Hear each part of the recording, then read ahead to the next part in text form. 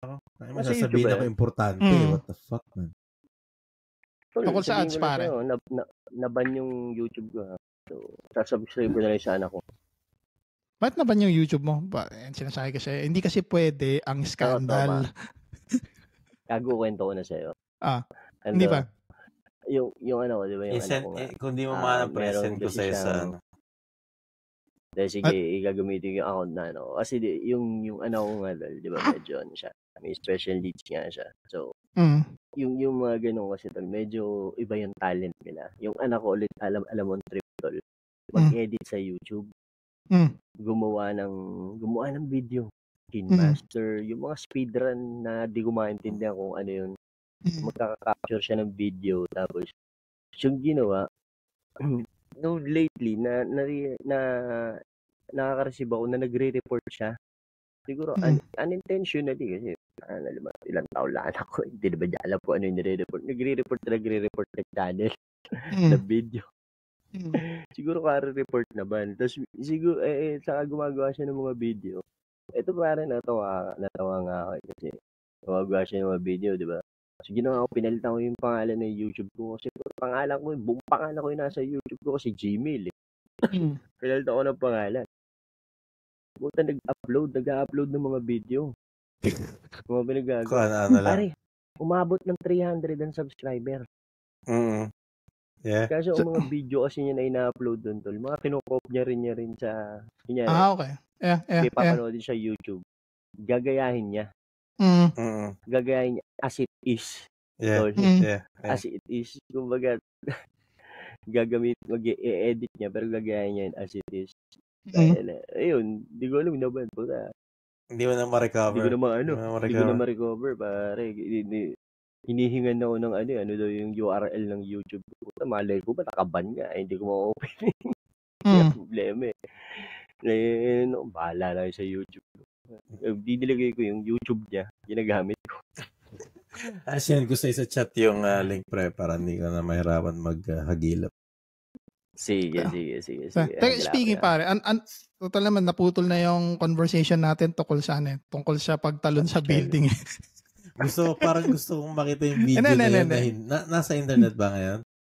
Nasa internet? Alam ko, binura na yun eh. Binura. Sigurado. Netol, 100% sigurado. Pag may pinost ka sa internet, walang nabubura. Internet is forever. Yeah. Tawag mo nito, ano ngayon pare, ang kumbaga parang trending ngayon dyan sa Pilipinas? Kasi usually ang napupulot ko lang kung ano nakikita ko sa Facebook eh. Yung kasi minsan minsan yung anong pag-uusapan natin na next pod, ano bang trending ngayon? Trending sa Pilipinas ngayon tol, lato-lato. Ayoko na pag-usapan. Nagdala yung sister-in-law ko ng lato-lato, yung ganyan. Hindi naman lato-lato tawag doon. Sabay meron sila nung yung may dinala na sila na pang madali lang na na parang lato-lato, yung may plastic sabay yung bola. May brace. Yun yung OG ba? Yung ba yung OG? Yun yung OG. Yung ba yung OG na lato-lato? Hindi naman lato-lato tawag yan. Meron ako niyan nung bata ako. Nakalimutan ko nung tawag yan pala. Pero yung OG tol, di ba? Yung may plastic na ano. Oo, tapos ginaganon. Yung may ganon, sabay dito yung bola. Tapos ngayon tali na lang. Ryan, ngayon tali artificial testicle. Ayun, artificial testicle na nga. Nakatanda mo yun para nung bata tayo. Bulita sa edits. Ganyan yata yung nilalagay sa sa edits ng mga preso eh. Nitol, nung mga bata kami pre, yung hindi yung tali, plastic yun actually. Naka-extend yun eh. Tapos para kang may stick lang na hawakan. Yun yung OG. May dinala din sila ate Jen na plastic. Sabay hawakan dito. Parang paro-paro. Parang paro-paro. Yeah, parang dragonfly. Yeah. Hindi lato-lato tawag yan, pre. May tawag dyan. Nabibili yan sa palengke eh. Baka sapin-sapin yung sinasabi mo, pre.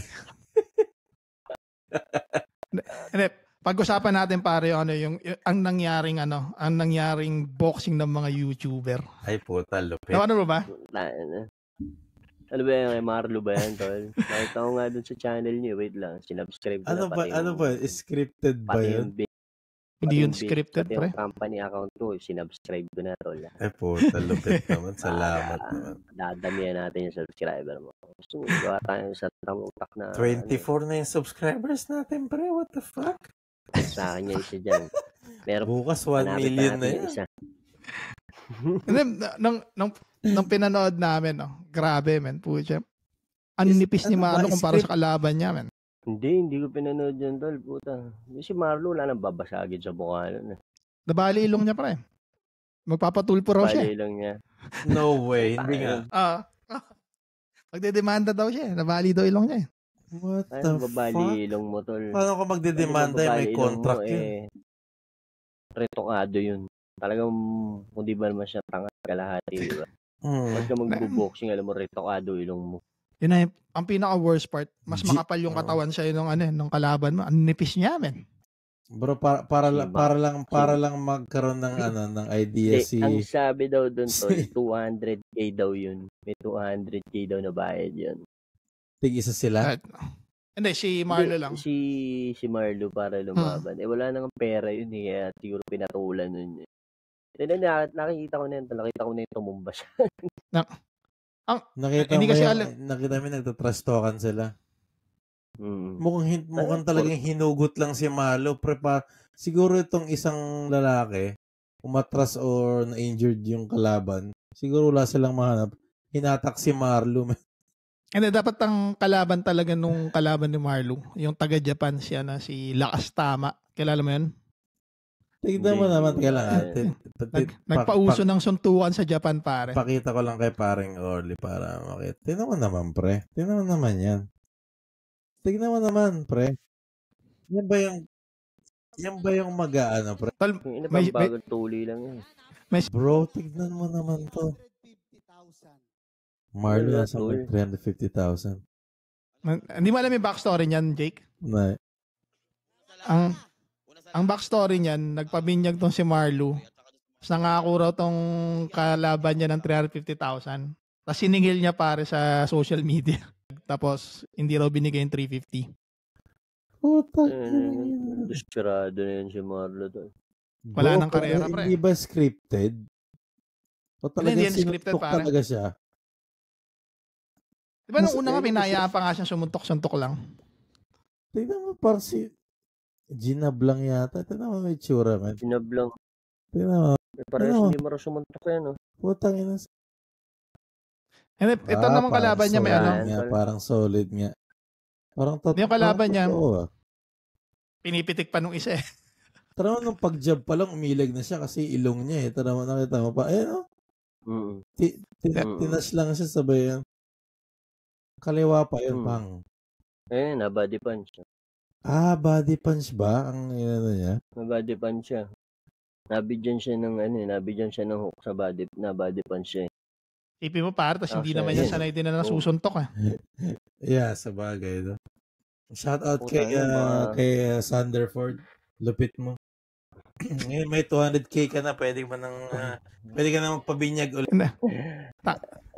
Nag-trending yan sa para sa Facebook ko. Nung una, ano ba tong binyag na to? Tapos siguro 5 minutes pa lang sa may video, puta, ayoko na nito, tanginan.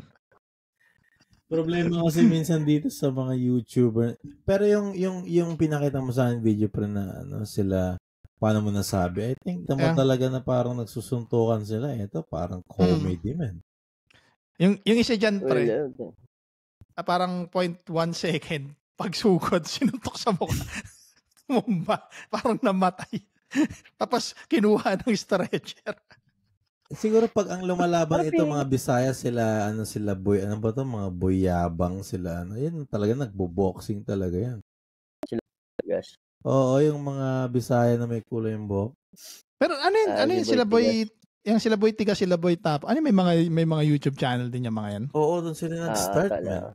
Parang, di ba? Hindi ba doon sila nag-start? Nagbo-boxing sila sa probinsya nila. Sila boy tiga, sila boy Oragon. Mga di naman talaga boxingero yan. Mga bodybuilder lang talaga yan. Sabi nag-boxing sila. Nagpapaturo ngayon sa coach ko sa boxing eh. Oo, mapaturo yan actually. Pero natuto sila, no? Hindi, ano lang yun. Binidyo lang nila yun tol. Isang beses nga lang dumalaw sa gym yan dun sa amin. Oh? Nagbo-boxing ka rin ba, Orly? Nag-boxing ka rin? Ngayon, nagbo-boxing ako. Ano lang, parang hindi naman siya, tawag naman, hindi naman siya kaya. Mahirap ba? Mahirap yung training? Oo, bro. Ano ba, it's more parang nag-boxing kasi ako. Nagbo-boxing ako siguro since January. Since January, so lang 6 months na. Nagsimula siya tol as ano lang talaga, parang weight loss. More on weight loss lang talaga siya. So, kasi grabe cardio nun tol. Cardio talaga, tsaka legs, no? Oo. Parang 30 minutes, 1 hour yata ang cardio niya. Stamina. Oo. So actually, yun yung yun yung nag-push sa siya talaga, weight loss talaga siya. Hanggang sa nahiligan ko na lang din. Pero hindi sabi mo kakarereng ko tol. Puta. May pambayad naman ako ng Meralco ko para mag-boxing. Ito yun. Pero maganda rin papawis yun. Lalo na dito sa Europe. Walang basketball dito. Pero kasi yung trainer ko, dating pro yun. Dating pro na alam mo yung hindi na nag-renew ng lisensya. Kasi sa boxing kasi ito, palakasan din kasi ng bakar talaga yan. Hindi na. Malakas bakar mo. Oo. Nung nagsara yung Ala Gym, Ala kasi yung mga may hawak sa nila dati. Mga nag-boxing trainer na lang. Oo, narinig ko rin. Ginagawa namin yan, tol. Nag-hit training kasi kami, circuit, tapos sa boxing. Yung ginagawa namin yan. So, Nasaan level ka na ngayon ng box? Kaya ko naman makipag-sparring. Ito paano. Sparring ka na rin. So, yung mga yun, yung tinuturo niya, yung mga ganun. Actually, parehas hindi mo mag-boxing yan. Yung hook nun, natama yung hook nun, natabingi. Tapos stiff na stiff yung pagkabigay. Oo, wala yan. Walang yung hook. Solid yung hook niya dun sa yung body shot niya. Makikita mo, nagtitwist yung hips niya. Pero feeling ko lucky punch lang yun tol. Kasi kung ikaw, let's say, for example ako tol, yung kay Marlo, puro body punch ibabato ko dyan. Ang lipis nun itong katawan niya. Medyo mula isa sa tagiliran yan. Tangina bro, nakita mo naman yung body language ni... Kasi nga, para hindi masira ang mukha niya. Kumbaga sa atin, parang bibili lang ng toyo sa tindahan, di ba? Para sa pera lang talaga, man. 200K? Not bad. O magbabasket. Iniiwas mukha niya Banata mo ng banata ng katawan niya. Ginanon lang yung mukha. Gumanon siya kasi yung ilong niya, di ba? Hindi mo mataan sa mukha yan. Nato may headgear. Baduy nun tol. Hindi mo mabibigyan ng isa ito. Feeling ko kasi hindi pa rin nakakaramdam yan na matindi yung suntok si Marl. First time niya lang siguro makaramdam. Alam mo yun? Mukha lang talaga siyang dating nasuntok. Pinagsusuntok. Hindi. Pogi yan. Pogi. Shout out. Alam ko hindi na kayo nakikinig pero peace tayo, pre. Alam ko kung walang makikinig dito in the future but hindi kami nababas. Tama itong ginagawa natin dito, dadaming subscriber natin. Putang ina naman pala ito kung di pa naman. Putang ina naman pala ito kung di pa naman talaga ito. Napaka-bobo mo, dapat ang ginamit mong helmet, yung pang-catcher ng baseball para di tinatamaan. Diba? Ano yung pinaka-mahirap na part ng training ng boxing para makapag-ready ako? Feeling ko, pare, wala ako. Endurance, tol. Cardio yan, cardio. Endurance. Yung... yun yung cardio na sabi nila. Yung Yoshi ko, di ba? Takbo? Maraming takbo?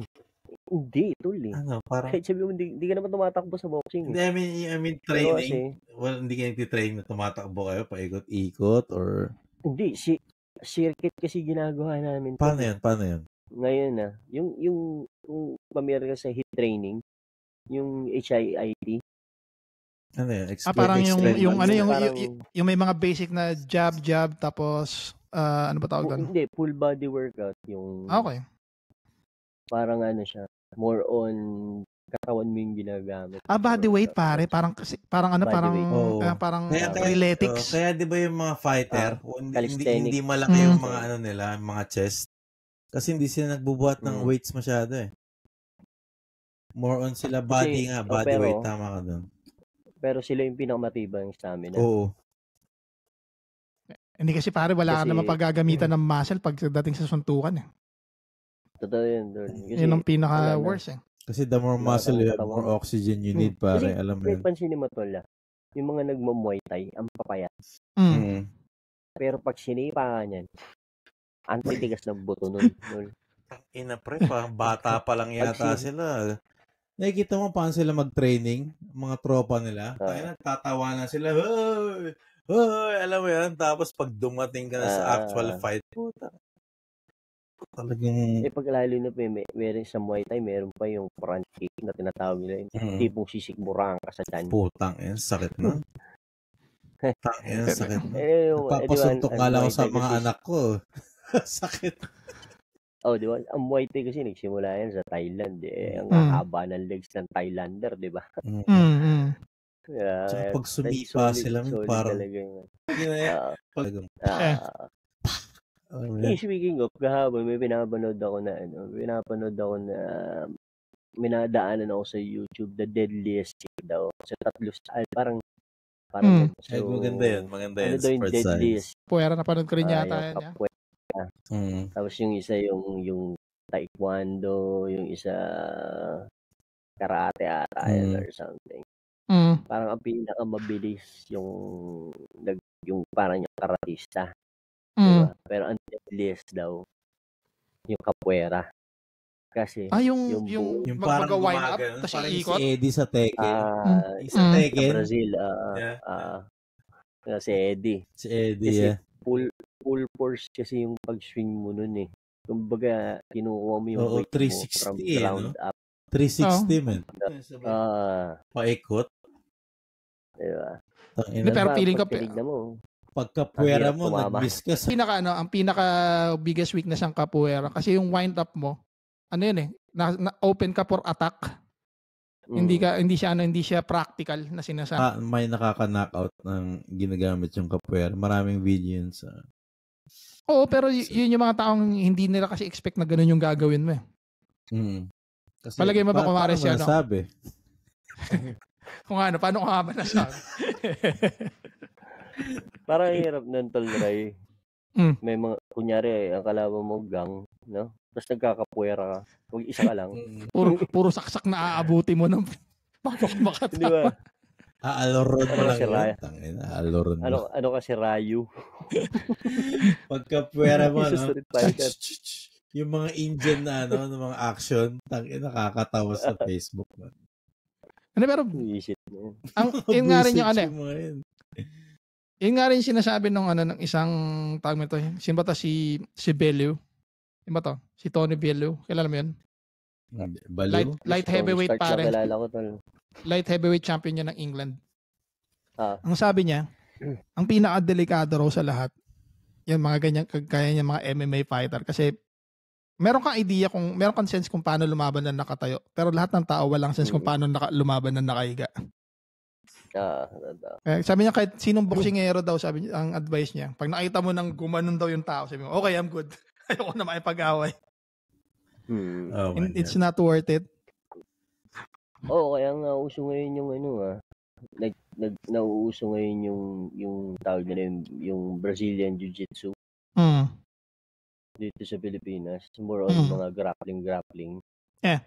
Pag tinignan mo yung training, may tropa kasi ako nagtitraining ng ganun eh. BJJ. Sobrang tapos bodybuilder. Pag dinaganan ka tol eh, nakita mo sila, dadaganan lang. Oo. MMA na yan, nung napanood, nung na-inlove ako sa MMA, nung kapanahon nila, Chuck Liddell, GSP. Saka si Silva. Si Anderson Silva, yan. Anderson Silva. Tapos, ito yung mga lady. Wala pang Wala kasi nagtatrash talk nung dati sa MMA. Buwan ng pagitan bago main event. Parang ngayon, sunod-sunod na lang main event. Ang lupit. Alam mo ba nagka-traction Francis Ngannou, sana maglaban sila. Alam mo ba nagka-traction lang ang MMA simula nung na-introduce ang trash talking? Yan si ano ba original gangster?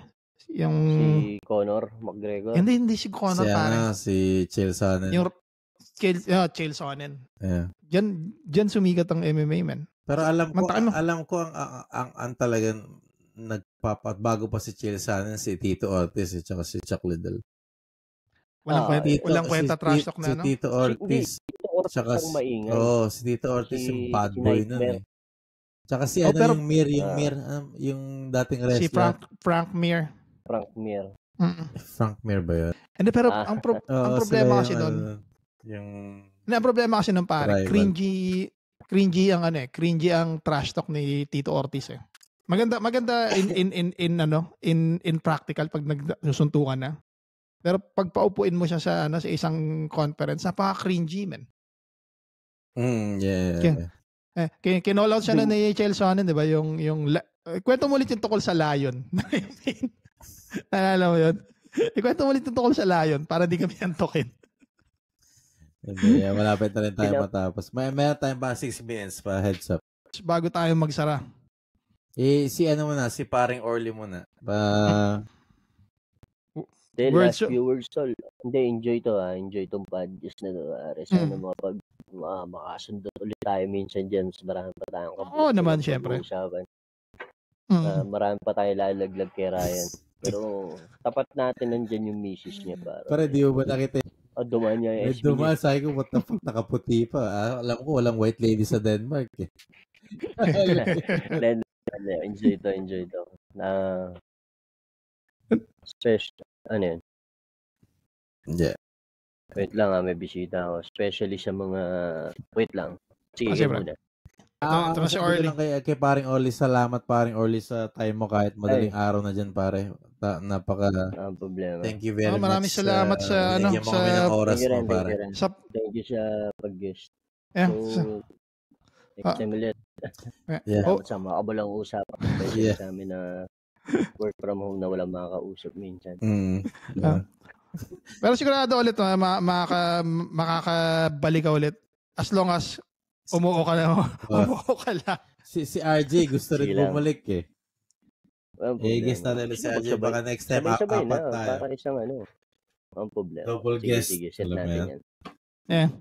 Anyway, salamat ulit guys sa pakikinig sa episode na 2 and hope to see you on the next pod. Peace out, yo. Peace out.